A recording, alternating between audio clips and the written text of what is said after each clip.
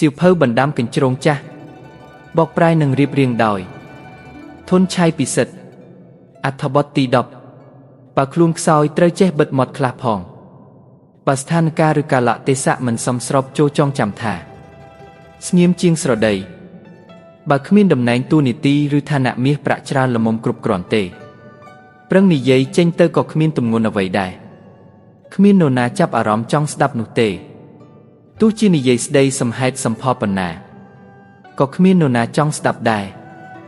ស្រួលមិនស្រួលអាចគ្មានទាំងឱកាសនិយាយទៅទៀតផងអាចនឹងគ្មានមាត្រដ្ឋានបទបញ្ញត្តិក្នុងការកំណត់ភាពធំតូចតែអាស្រ័យនឹងការប្រៀបធៀបបើនៅក្នុងស្ថានភាពទីនោះ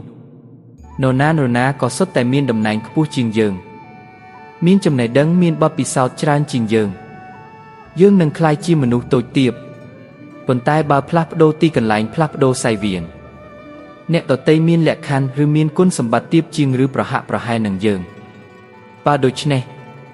ស្ថានភាពរបស់យើងក្នុងក្របខ័ណ្ឌនេះគឺខុសគ្នាពីស្ថានភាពមុនមនុស្សតូចទាបនិយាយស្ដីគ្មានទម្ងន់ព្រោះមកពីទី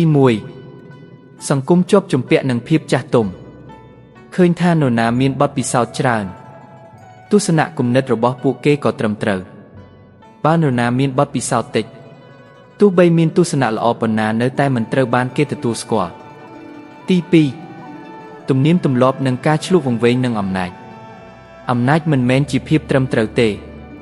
ប៉ុន្តែអំណាចធ្វើឲ្យយើងមានអារម្មណ៍មានសុវត្ថិភាពមានកន្លែងឲ្យពឹងពាក់បើយើងគ្មានអំណាចល្មមគ្រប់គ្រាន់និយាយទៅក៏គ្មានទម្ងន់ដែរទី3រឿងមុខមាត់បើស្ថានភាពរបស់យើងទាបជាងពួកគេខ្លាំងការដែលពួកគេព្រមឲ្យយើងមានឱកាសបង្ហាញមុខនៅទីនោះក៏រាប់ថាល្អណាស់ទៅហើយបើយើងមិនចេះប្រមាណខ្លួនភ្លេចខ្លួនបញ្ចេញទស្សនៈបន្តទៀតពួកគេនឹងកាន់តែមានអារម្មណ៍បាក់មុខហើយចុះតើមាននរណាគេទ្រាំស្ដាប់សម្ដីរបស់យើងទៅទី4ភាពចាំបាច់ដើម្បីប្រយោជន៍ផ្ទាល់ខ្លួននៅក្នុងក្រុមមួយទោះជាអ្នកខ្លះមានទស្សនៈមិនស្របគ្នាតែដោយសារមានផលប្រយោជន៍រួមគ្នាទើបពួកគេព្រមយកចិត្តទុកដាក់នឹងពាក្យសម្ដីពីរបីម៉ាត់របស់យើងតែបើសិនជារឿងធម្មតាគ្មានប្រយោជន៍អ្វីតើនឹងរំពឹងឲ្យពួកគេស្ដាប់ដែរឬទេទី5មនុស្សចាស់គំរើឃើញថាយើងស្ថិតនៅក្នុងស្ថានភាពតូចទាបបើយើងនិយាយទៅបានត្រឹមតែសំឡេងសត្វចាប់សត្វព្រាបប៉ុណ្ណោះព្រោះតែដូច្នេះឯងសម្ដីរបស់មនុស្សតូចតាចបានជាគ្មានទម្ងន់នេះគឺយោងទៅតាមសាជាតិរបស់មនុស្សប៉ុន្តែបើត្រូវរស់នៅក្នុងសង្គមមនុស្សព្រៃផ្សៃនេះឲ្យបានគឺត្រូវតែមានបទបញ្ញត្តិមូលដ្ឋានដែលយើងត្រូវធ្វើការស្វែងយល់មនុស្សតូចទាបនិយាយស្ដីអ្វីក៏គ្មានទម្ងន់ដែរ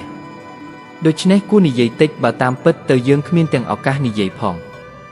ខំប្រឹងនិយាយតែក៏គ្មានអ្នកចាប់អារម្មណ៍ហើយអាចនឹងធ្លាក់ទៅជាគោលដៅដ៏គួរឲ្យធុញទ្រាន់ឬមើលងាយទៅទៀតវិធីល្អជាងនេះនៅស្ងៀមសិនដើម្បីបដូរនឹងការព្រមទទួលអត្ថិភាពនៅទីនោះរបស់យើងហើយពួកគេនឹងផ្ដល់សិទ្ធិក្នុងការនិយាយជាបណ្ដើមកឲ្យយើងបើសម្ដីរបស់យើងមានតម្លៃតែងជាទីចាប់អារម្មណ៍ការដែលហាមគឺ